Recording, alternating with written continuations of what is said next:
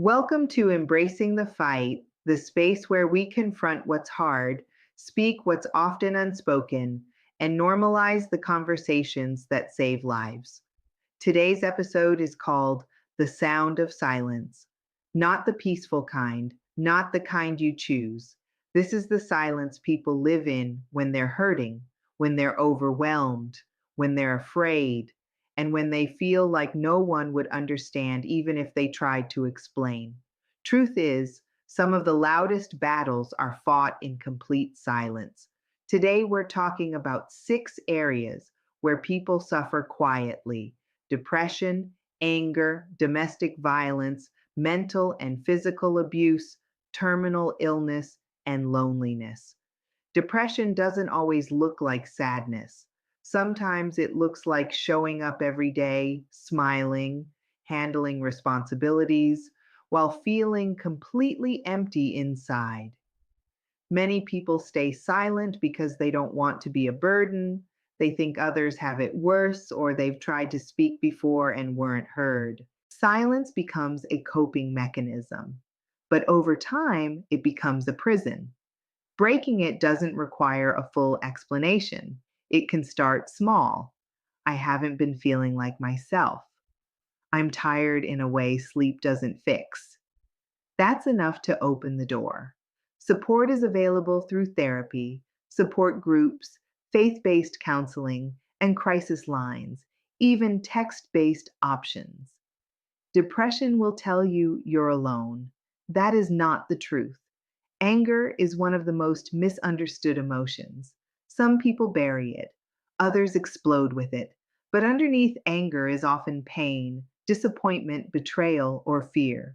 People stay silent about anger because they were taught it's wrong, or they fear judgment or losing control. So it builds until it shows up in ways that damage relationships or themselves. Healthy anger starts with awareness. I'm angry, and here's why. Movement helps, writing helps, talking to someone trained to help you process it matters. Support can include anger management groups, cognitive behavioral therapy, and peer support. Anger isn't the problem, unprocessed anger is.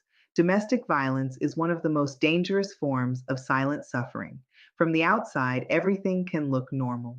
Inside, there may be fear, control, isolation, and harm.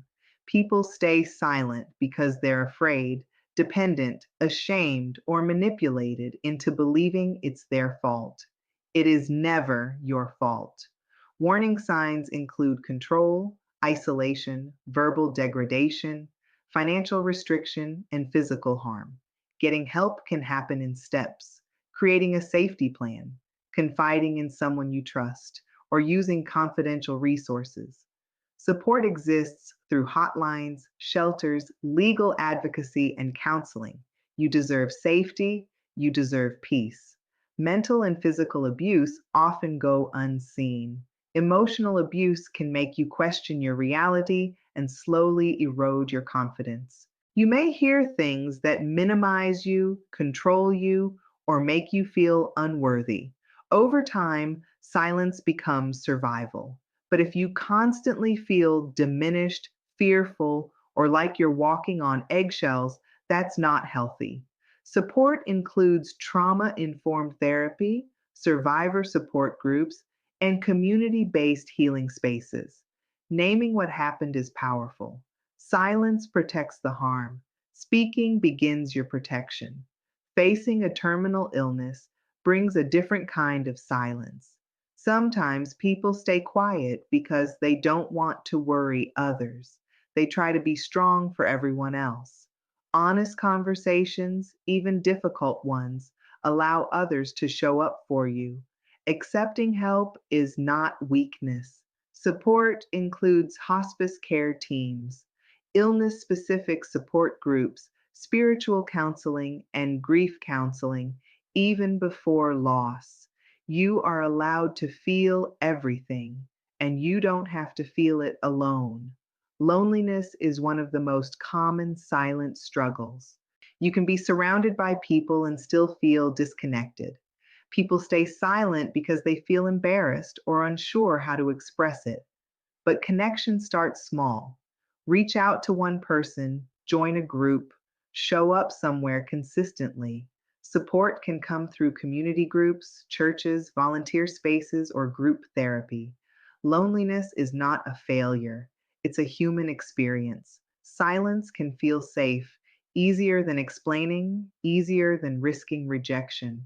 But silence isolates, magnifies pain, and delays healing. Breaking silence doesn't mean telling everyone everything. It means telling someone something. One conversation can change everything. If something in this episode resonated with you, don't keep it inside. Write it down, say it out loud, reach out. You are not meant to carry this alone. This is embracing the fight. And the fight is not about pretending you're okay, it's about facing what's real and refusing to do it in silence. If this episode helped you, share it with someone who may need it, because sometimes healing starts with hearing the words you didn't know how to say. I'm Erica, and I'll see you next time.